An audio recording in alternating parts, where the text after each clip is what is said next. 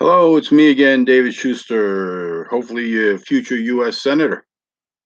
So, I want to talk today about Bill Clinton and China, how Bill Clinton made China as they have it here, a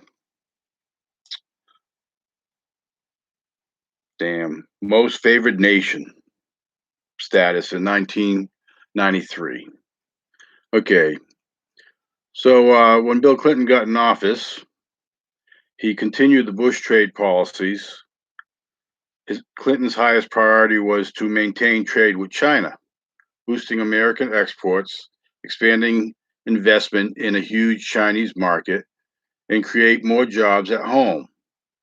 By granting China temporary most favored nation status in 1993, his administration minimized tariff levels in Chinese imports. The imports, the tariffs, Trump put more tariffs on them, and that got China to the table to talk about better trade with China. So Clinton initially conditioned the extensions of this status of Chinese human rights reform, but ultimately decided to extend the status despite a lack of reform in the specified areas of free Im-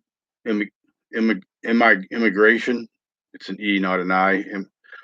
No exportation of goods made with prisoner laborers, release of peaceful protesters, treatment of prisoners in terms of international human rights, permitting international television and radio coverage and observation of human rights specified by United Nations resolutions. But in 1998, Clinton paid a friendly 9-day visit to China. Albright, Secretary of State at the time, defended the trip by saying engagement does not mean endorsement. Okay. In 1999, Clinton signed a landmark trade agreement with China. The agreement, the result of more than a decade of negotiations, will lower many trade barriers between the two countries, making it easier to export U.S. products such as automobiles, banking services, and motion pictures. The Chinese citizens' ability to afford the purchase of U.S. goods should have been taken into consideration. In other words, we can export it there, but they can't buy it because they don't make the money to buy it.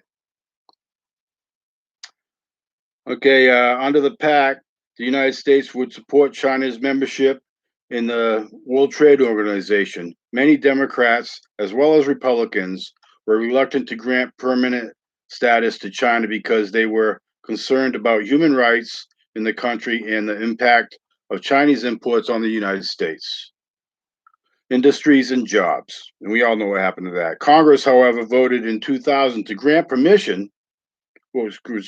grant permanent normal trade relations with China. And then Bill Clinton signed the bill and gave him the right. So basically, what that did was it made it so that it relieved the tariffs and stuff. And then Clinton's Treasury Secretary, Lawrence Summers at the time, argued that Clinton's trade policies, by removing the tariffs and stuff, were technically the largest tax cut in the history of the world. So, reduce prices on consumer goods by lowering tariffs. All right, so see, I got it right here. I got it off of the internet and stuff, da da da da. So I also went on the internet and I found a thing here, a video that was titled "In 1998, Bill Clinton and Al Gore compromised U.S. security for Chinese cash." And it had a couple of authors on there, Edward Timperlake and William Triplett. They wrote a book together called Year of the Rat. And you know who the rat was, Bill Clinton. Okay, talked about how, in October 96, they found 11 channels of money in and favors out. 2 million came into into the Clintons from the Chinese gangsters, and a Chinese guy by the name of Charlie Lee, excuse me, Chi, Chee, gave 450,000 to the Clinton legal campaign because he was in the cahoots with Monica Lewinsky's at the time. So he was in trouble. So the Chinese helped fund his legal campaign back then. So, Al Gore and Bill Clinton, they were in on all this stuff. And it takes time for the companies to go over there and buy the land and get the permits and stuff from China and stuff to buy the land and then build the factories. And then the jobs go.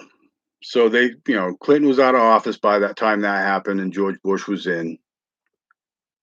In January 2005, when I had my business down in Jacksonville, Florida, Jacksonville lost 28,000 jobs that month. They went to India and China.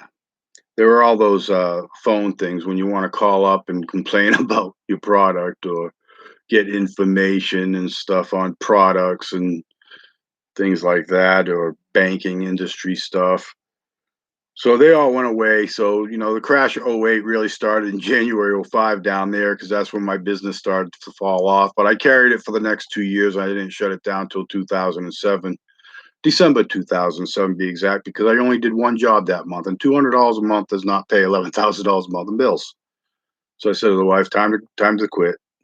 Got rid of the trucks, moved up here, so on and so forth. Been here since '08. So you need to check that book out, In the Year of the Rat. That was back in 1998. And also, I don't really care for Bernie too much because he's a socialist. But in 1998, there's a video out there of Bernie Sanders was against the most favored nation status for China. So, I guess some things he's not bad, but still, I don't want a socialist country. So, that's what I have to kind of say about that. Bill and Hillary, they're in cahoots with everything. Biden was in all cahoots with Obama and stuff. We need to stop all that crap. No more family favoritisms and stuff on these government contracts and things like that. So I'm looking to get elected. I do some research. I'm not the greatest reader, as you could tell. I'm just a normal guy. A lot of common sense and knowledge of what's been going on. I've been around a long time, 61 years to be exact. And I feel I can represent the people well. I won't be a sellout like all the others. And like I said, there's 22 people running for this position here in the state of Tennessee for U.S. Senate. There's a few of them that already have over $3 to $5 million in their bank accounts. I have zero. A matter of fact, I'm going to use this stimulus check, the $1,200 I got, towards my campaign. I'm getting ready to I'm going to go up to the Tri-Cities here on May the 30th.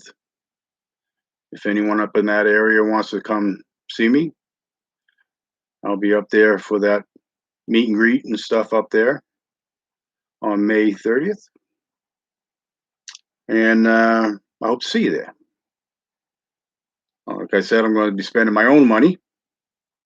I'm not going to be a sellout.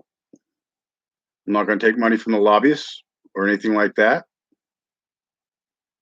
I'm not going to sell my vote. I'm going to do what I feel is proper and right for the people of the state of Tennessee and the country. And I'm going to steal a quote again because I like Q. And where we go one, me being the one, we go all, which is you. So where I go, you go. And I'll close now by saying, God bless America. And God bless the great state of Tennessee. I hope you vote for me in the polls come August 6th, I believe it is. And let me represent you. Let me stir the pot. I mean, let's get equal justice for all, not just for a few, and get this country back on the road where it's supposed to be. All right. So you have a lovely day or evening or whenever you watch this, and take care.